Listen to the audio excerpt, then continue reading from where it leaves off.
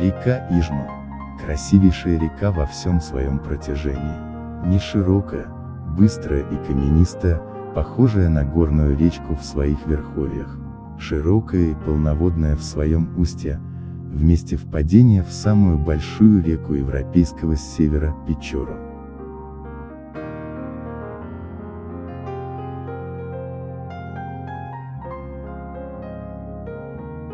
Именно сюда, в верховье Ижмы, переселились несколько крестьян по фамилии Уляшевы, предками которых в 1678 году был основан починок Вольден в месте впадения реки Воль в Вычегду, ныне известной как деревня Вольдена. Первым приехал на новое место жительства Уляшев Алексей Иванович, за ним Уляшев Петр с сыновьями Сергеем и Кириллом. Они основали на высоком берегу Ижмы напротив устья речушки Рось поселение, упомянутое как основанный в 1835 году починок Розденский. В переводе с коми языка, возле реки Рось. В дальнейшем население поселка увеличивалось за счет детей и внуков Алексея Ивановича и Сергея Петровича Уляшевых, так как у Кирилла Петровича детей не было.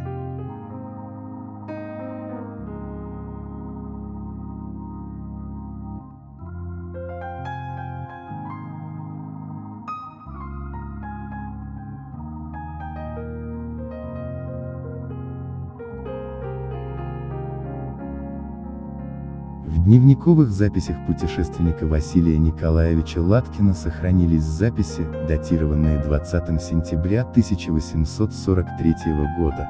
Деревня Розден на правом берегу Ижмы состоит из 4 домов. Поселение это основано не больше как 5 или 6 лет. Жители Роздена переселились сюда с берегов Вычегда из деревни Вольдена и живут довольно хорошо, занимаются скотоводством, ловят в барах много тетеревов, стреляют белку. Для них нет в том неудобств, что далеко от погоста, что кругом их пустыня. Для их счастья немного нужно, было бы в избе тепло, был бы кусок хлеба, скот в загоне да подать была бы оплачена, и они счастливы в этой глуши.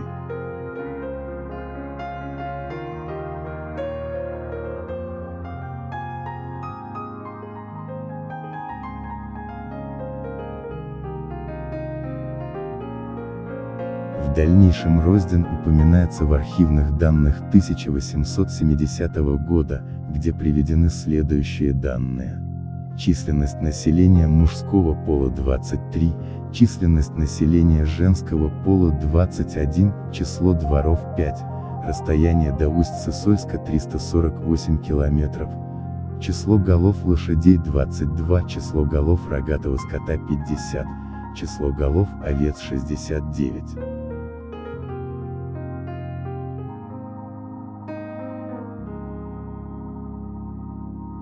Известно, что с конца XIX века до 1917 года в Роздено была часовня, а в 1891 году построена деревянная церковь во имя святого великомученика Георгия Победоносца.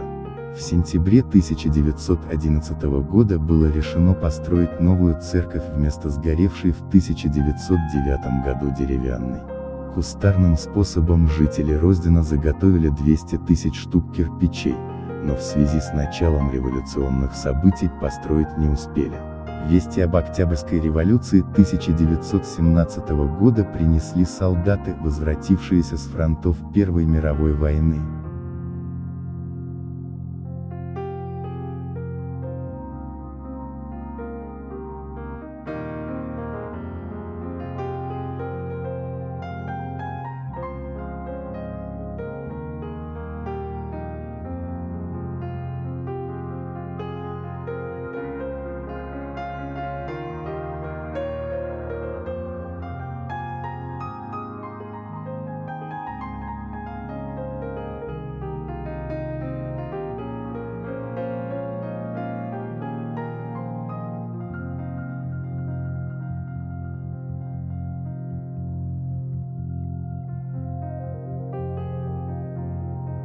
30 декабря 1918 года на заседании Совета крестьянских депутатов было решено переименовать Роздино в Измаиль. Измаиль в переводе с коми означает «верховье реки Ижмы».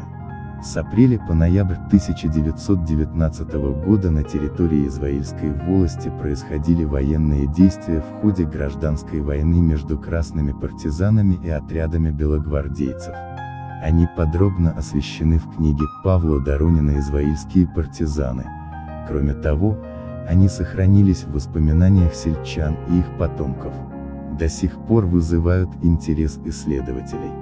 В память о событиях тех лет в 1957 году воздвигнут памятник. Новую стелу на этом месте возвели студенты строительного отряда, работавшие на Воевоже. В 1989 году открыт еще один памятный знак, посвященный селу и его жителям.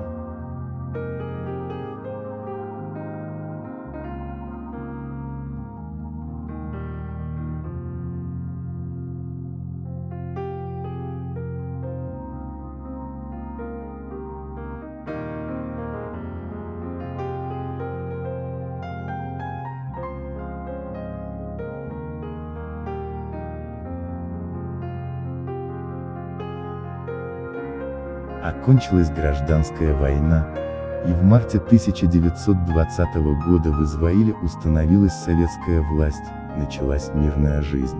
Измаильская волость вошла в состав Усть-Коломского уезда. В ноябре 1923 года в волости насчитывалось 719 жителей. В довоенном 1940 году в деревне проживало наибольшее количество населения – 209 человек. В хозяйстве было 168 голов крупного рогатого скота, 66 лошадей, 39 овец, более 1000 оленей. В годы Великой Отечественной войны на поля сражений из Измаиля было призвано 45 человек. 25 не вернулось домой, кто погиб, кто попал в плен, кто пропал без вести.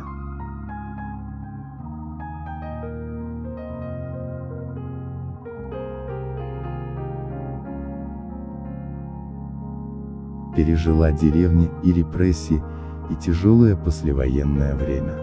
Отсюда вышло немало учителей, врачей и других специалистов. В 1935 году здесь родилась известная художница Воробьева Надежда Егоровна. Ее картины участвовали в выставках в Ухте, Москве, Светлограде, Сыктывкаре, Петрозаводске.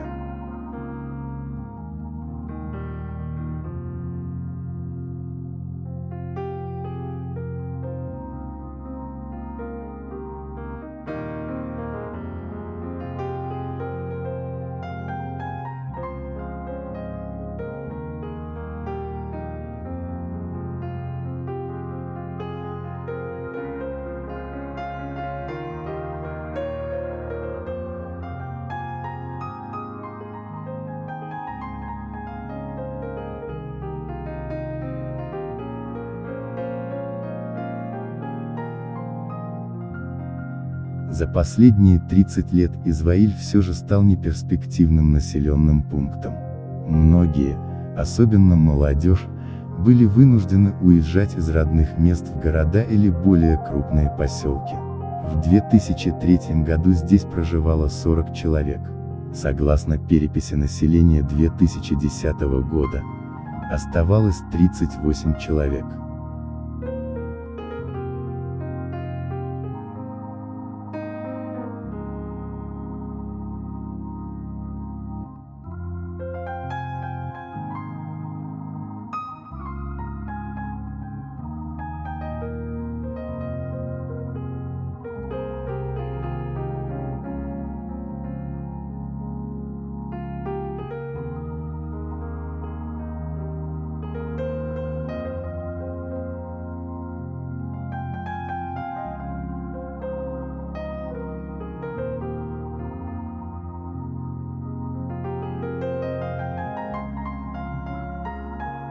Желающие могут ознакомиться с интереснейшей историей деревни более подробно на сайтах, указанных в описании под этим видео.